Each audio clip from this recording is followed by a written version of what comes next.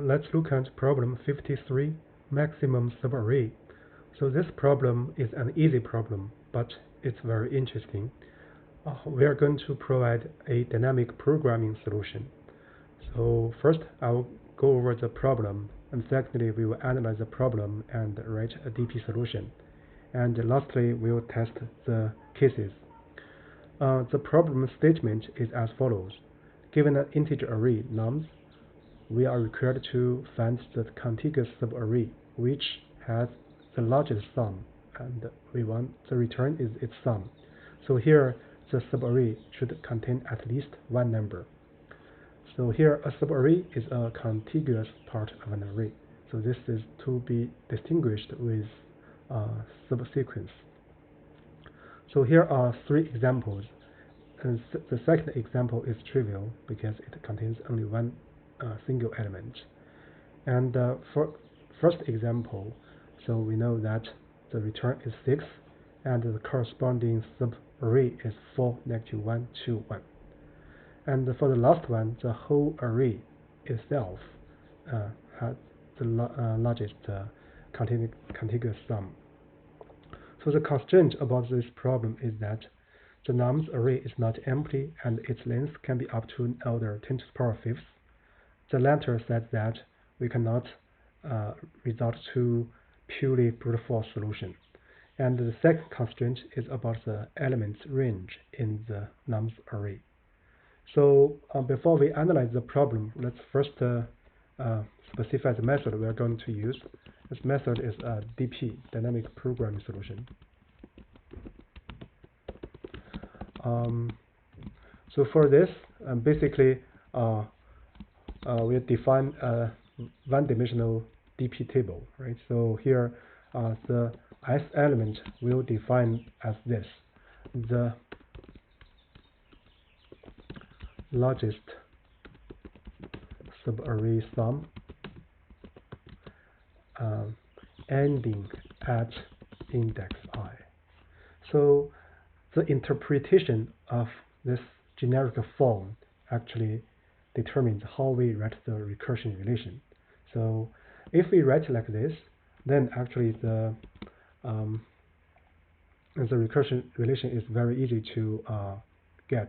So for example, if we want to from dpi-1 update to dpi, so we're going to do the following. So because dpi is the largest subarray sum ending at index I, so no matter what, the this number nums I should be included in the sum. So then for this, basically we just need to check the sign of dpi-1. So it's whether positive or negative. If it's positive, we are going to add it to nums I.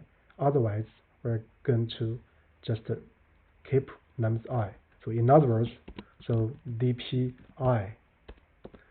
equals dpi-1 plus nums I if the sign of this one is positive. Otherwise, it's just a nums I. So this is the generic relation. So here, due to the difficulty level, so we just directly go to the code and then we will print out the relevant information to analyze the examples. First, I'm going to write a DP, brute force version. So for this purpose, I'll first track the length information for nums.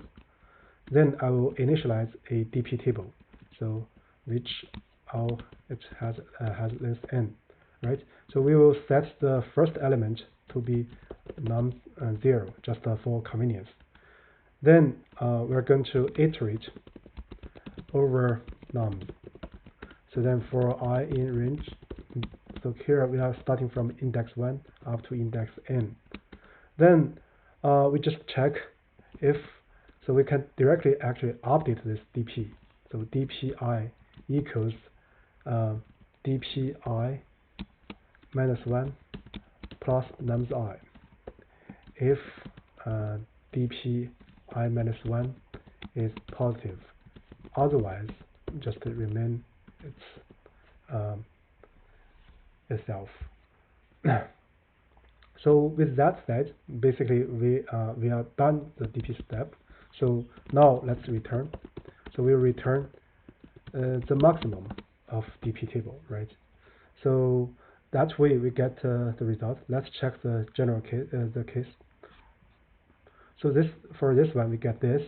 So now let's in order to analyze this example, so we print out this DP table.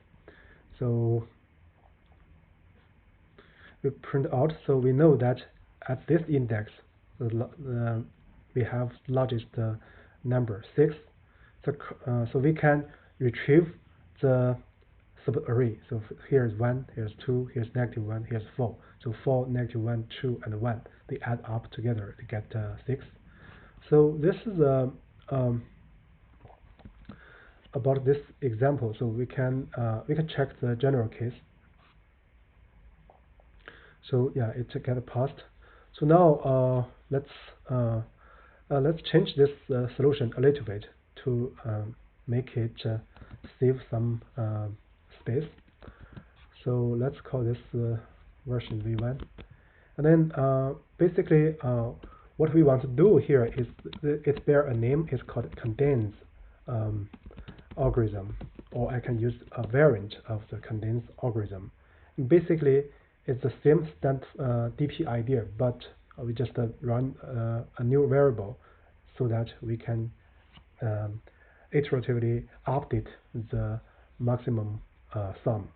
So for this purpose, again, I'm going to first make some preparation, right? So n is length of nums, and then I will introduce two variables, the current sum, and let's call it, and also we introduce another one, is the global maximum, let's call it result. It's the nums 0, and then I'll iterate from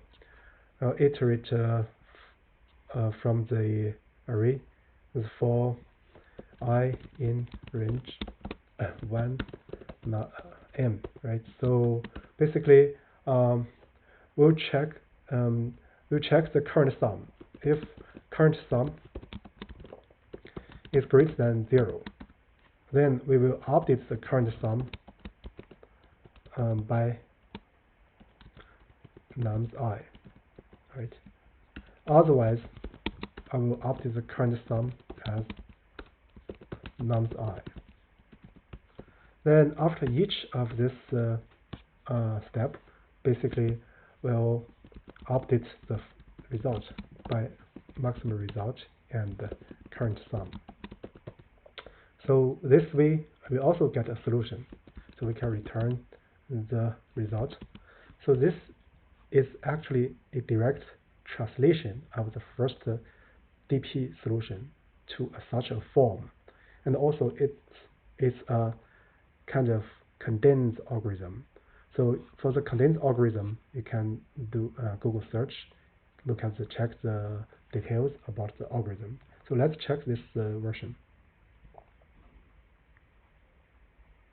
Yeah, it passes the generic case. That's about it. Thank you.